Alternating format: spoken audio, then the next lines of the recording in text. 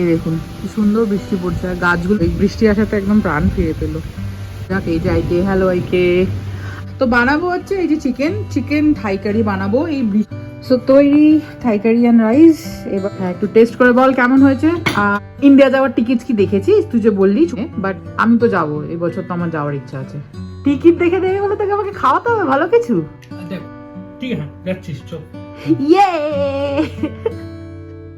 Hello, good evening. আশা করি সবাই খুব ভালো আছেন। আমার চ্যানেলের আরেকটি ব্লগে সবাইকে স্বাগত।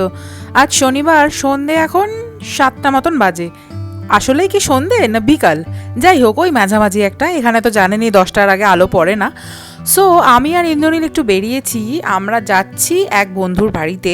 তো যাদের বাড়িতে যাচ্ছি তাদের হয়তো আপনারা চেনেন কি চেনেন না আমি ঠিক জানি না। মনে আছে একবার ইফতার করতে গেছিলাম ওদের বাড়িতে, তারপর আমরা সবাই মিলে রাত্রিবেলা বার্গার কিংয়ে গেলাম। হ্যাঁ, তো আমরা নাগমা আর ফ্যাজ ভাইয়ের বাড়িতে যাচ্ছি। তো বেসিক্যালি এই কিছুদিন আগে ঈদ গেছিলো, ওরা আমাদেরকে ইনভাইট করেছিল, বাট আমরা যেতে পারিনি, অন্য একটা কমিটমেন্ট ছিল বলে। তাই আজকে এই পার্টি, চলে এসছি ওদের বাড়িতে। আর নাগমা এত সুন্দর করে বাড়ি গুছিয়ে রাখে, আমি যখনই ওর বাড়িতে আসি, স্পেশালি ওর ড্রয়িং রুমটাতে, I always prefer to make videos. এত সুন্দর করে ও চারিদিক করে সাজিয়ে রেখেছে। ওরা আসছে, একটু কিছু কিচেনে খাবার দাবারের বন্দোবস্তই হয়তো করছে, আমি তো বেশ ভালোই গন্ধ পাচ্ছি। তো সবার আগে ড্রিঙ্কস সার্ভ করেছে। আমার ড্রিঙ্কটা ওই যে দূরে দেখা যাচ্ছে সাদা রঙের, এইটা না কিছু একটা কি একটা বললো, অ্যালোভেরা মকটেল। হ্যাঁ,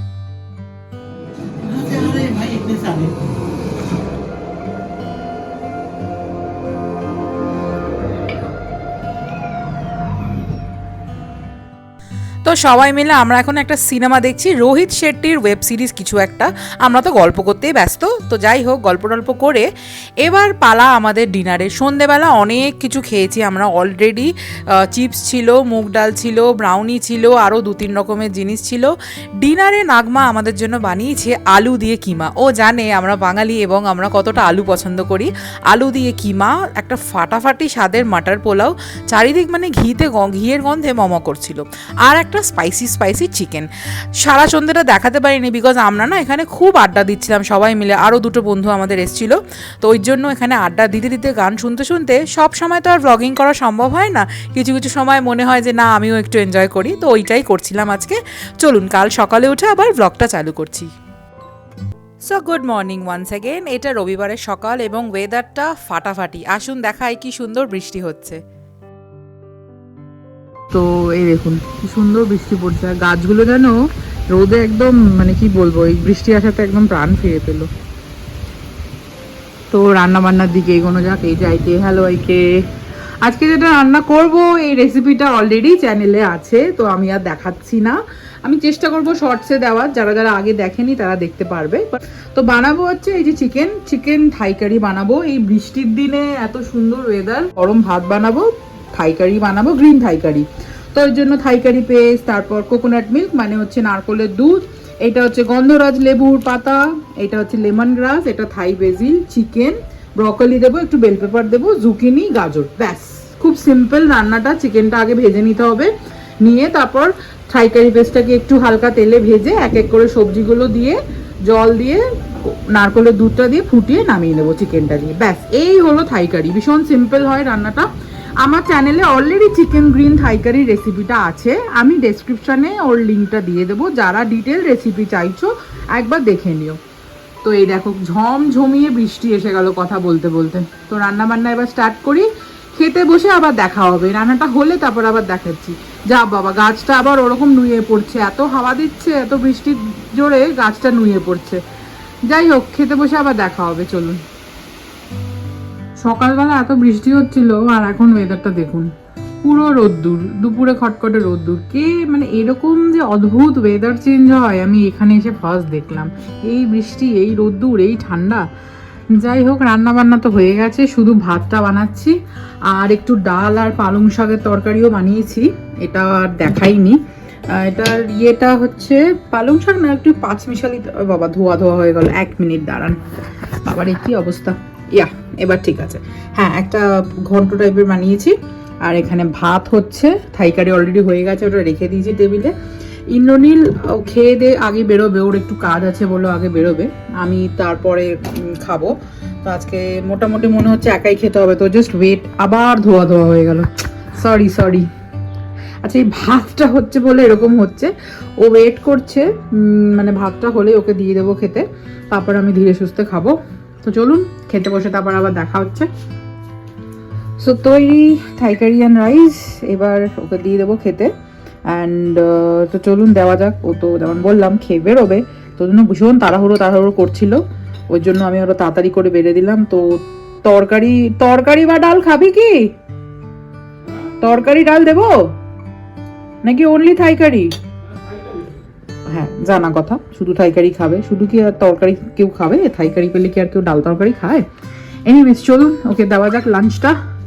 এনে খেয়ে নে, এত তাড়া দিচ্ছিলি তুই। নে, হ্যাবিট। হ্যাঁ, একটু টেস্ট করে বল কেমন হয়েছে। আর ও হ্যাঁ, আরো অনেক ইম্পর্টেন্ট কথা আছে। টেস্ট কর, আমি বলছি। এই দেখ,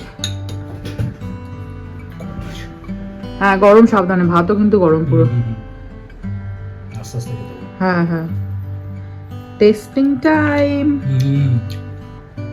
গুড, ভালো আছে? স্পাইসি হয়েছে, ভালো হয়েছে। হ্যাঁ, একটু লঙ্কা দিয়েছি বিকজ কোকোনাট মিল্কটা ওয়াজ ভেরি সুইট। না এটা তো আমরা তো নরমালি তো কিনি না ওখান থেকে কোকোনাট মিল্কটা, তো মেবি ব্র্যান্ড আলাদা বলে ওই জন্য। এনিওয়েজ যেটা আমি বলবো সেটা হচ্ছে কালকে রাত্রে যেটা বলছিলাম, ইন্ডিয়া যাওয়ার টিকিটস কি দেখেছিস? তুই যে বললি ছুটি উইকেন্ডে দেখবি, দেখেছিস কি?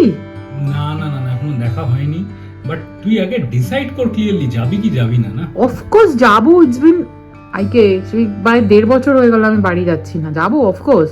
আর তুইও যাবি, তোর অফিসের ব্যাপারটা তুই দেখে নে, বাট আমি তো যাবো, এই বছর তো আমার যাওয়ার ইচ্ছা আছে। তো কবে কাটবো টিকিট আমরা? আমি তাহলে পুজো ইজ ইন অক্টোবর, হ্যাঁ বাই দ্য ওয়ে। ওই সময় এক্সপেন্সিভ হবে টিকিট, সো দেখতে হবে একবার যদি কিছু কম্বিনেশন করা যায়। তো what I will do is, আমি তারা খেয়ে তো বেরোচ্ছি, এসে আমি টিকিটগুলো দেখছি, অনেকগুলো ওয়েবসাইট খুলে দেখতে হবে না, ডিফারেন্ট কানেক্টিভিটি অপশনসও দেখতে হবে, টাইম দেখতে হবে, একটু টাইম ফাইম লাগবে করতে এটা। ওকে, বাট অ্যাজ ইউ প্রমিসড আমরা কিন্তু এই উইকের মধ্যে করে নেবো আমরা। Okay fine. আর একটা কথা বল, এখন তো বেরোচ্ছি আমি, খেয়ে নিচ্ছি, তুই কি বানাচ্ছিস বিকেলের জন্য? বিকেলের জন্য আবার কি বানাবো? এই তো বানালাম থাই কারি, তরকারি, ডাল, এগুলো তো বানালাম। টুকটাক কিছু রাত্রির জন্য, বিকেলের জন্য, যাতে একটু এসে কিছু খাওয়া যায়। টিকিট দেখতে তো অনেক খাটনি হবে না? ও মাই গড, কি বাজে এক্সকিউজ মি, তুই আমার টিকিট দেখে দেবে বলে তোকে আমাকে খাওয়াতে হবে ভালো কিছু? দেখ, অনেক ওয়েবসাইট দেখতে হবে, ডেট এদিক ওদিক করতে হবে, প্রাইস অপশনস দেখতে হবে, টাইমের কাজ না, তো খিদে পেয়ে যাবে। ঠিক আছে, বানাবো কিছু একটা বানাবো। তো আপাতত তুই খা এটা, ঠিক আছে? তাহলে আমি যাচ্ছি তো। ঠিক আছে, যাচ্ছিস চল। ইয়ে, বাকি সব কোশ্চেন মার্ক আছে, যাচ্ছিস ওটা ঠিক আছে। কি বাকি সব কোয়েশ্চেন মার্ক মানে? কতদিনের জন্য যাচ্ছিস, কতদিনের জন্য যাচ্ছিস, কবে ফিরবি, যদি যখন যাবি? তুই কবে যাবি? তুই পুজোতে ছুটি পাবি না তো? ফার্স্ট ইয়ার অক্টোবরে তো ইয়ার এন্ডিং এর জন্য তো কিছু না, বাট না ওই সময় হবে না। তো তোর তো ডিসেম্বরেও হবে না বলছিস, তখন তো বাকিরাও ছুটিতে যায়। দেখতে হবে আমারটা, বাট দেখবি। ওকে, তো জুলাই এন্ড হয়ে গেল অলরেডি, তো পুজো তো যদি যাই তো আগে দেখতে হবে। আমার মোস্টলি পুজো হবে না, বাট দেখি। ঠিক আছে চলো খেয়ে নে এখন। তো থাই কারিটা ভালো হয়েছে বললি তো? একটু গরম ঠান্ডার জন্য ওয়েট করছি। হ্যাঁ একদম নামালাম তো, জাস্ট ভাতটা আরো গরম। ঠিক আছে চল, তো তাহলে তুই যা বেরো, আমি তারপর খাওয়া দাওয়া করবো। ওকে, আর পরে দেখা হচ্ছে, ইভিনিং এ দেখা হচ্ছে, আবার দেখি কি বানাই। তো সন্ধ্যে এখন 7টা মতন বাজে। দুপুরের কনভারসেশনটা তো আপনারা শুনলেনই, তারপরের থেকে না আমার মনটা ভীষণ খুশি হয়ে আছে। যাই হোক, ইন্দ্রনীল যেমন বলেছে ও টিকিট দেখবে, প্রমিস করেছে, কিন্তু ওকে যেমন খাওয়াতে হবে সেটা বললো। তাই আমি ভাবছিলাম কি একটা বানানো যেতে পারে। দুপুরে অলরেডি চিকেন খেয়েছি, আসুন আজকে সন্ধ্যেবেলা একটা দারুণ জিনিস বানাই। কি দিয়ে বানাচ্ছি চলুন দেখাচ্ছি। এখানে আছে সয়াবিন সেদ্ধ করা, একটু ব্লেন্ড করে নিয়েছি একটুখানি পেঁয়াজ কুচি, একটা গোটা আলু সেদ্ধ বড় সাইজের, আর একটু লঙ্কা কুচি, আর একটু রসুন কুচি। বানাবো সয়াবিনের চাপলি কাবাব। হ্যাঁ, এতদিন তো খেয়েছেন বা শুনেছেন মাংসের চাপলি কাবাব, আজকে একটু বানাচ্ছি সয়াবিন, নিরামিষ যারা করবেন তারা পেঁয়াজটা স্কিপ করতে পারেন, তার বদলে আদা কুচি দিতে পারেন। তো সয়াবিনগুলোকে আগে জলে ভিজিয়ে সেদ্ধ করে আমি ব্লেন্ড করে নিয়েছি। নিয়ে কি মশলা এখানে দিচ্ছি দেখুন, 3 চামচ বড় চামচের ময়দার গুঁড়ো, 2 চামচ কর্নফ্লাওয়ার, হলুদ গুঁড়ো, জিরের গুঁড়ো, ধনের গুঁড়ো, চাট মশলা, একটু আমচুর পাউডার আর একটু গোলমরিচ গুঁড়ো, এই দিয়ে একটু লঙ্কার গুঁড়ো দিয়েছি। এই দিয়ে আগে মিশ্রণটা তৈরি করে নেবো আমরা। একটু স্টিকি হবে ব্যাপারটা, আমি অনেকটাই করে রাখলাম, করে আমি টিফিন বক্সে রেখে দেবো। এখন একটু ভেজে খাবো, আর এরকম 2-3 দিন যখন ইচ্ছা হবে এরকম অল্প অল্প ভেজে ফ্রিজ থেকে বের করে খেয়ে নেবো।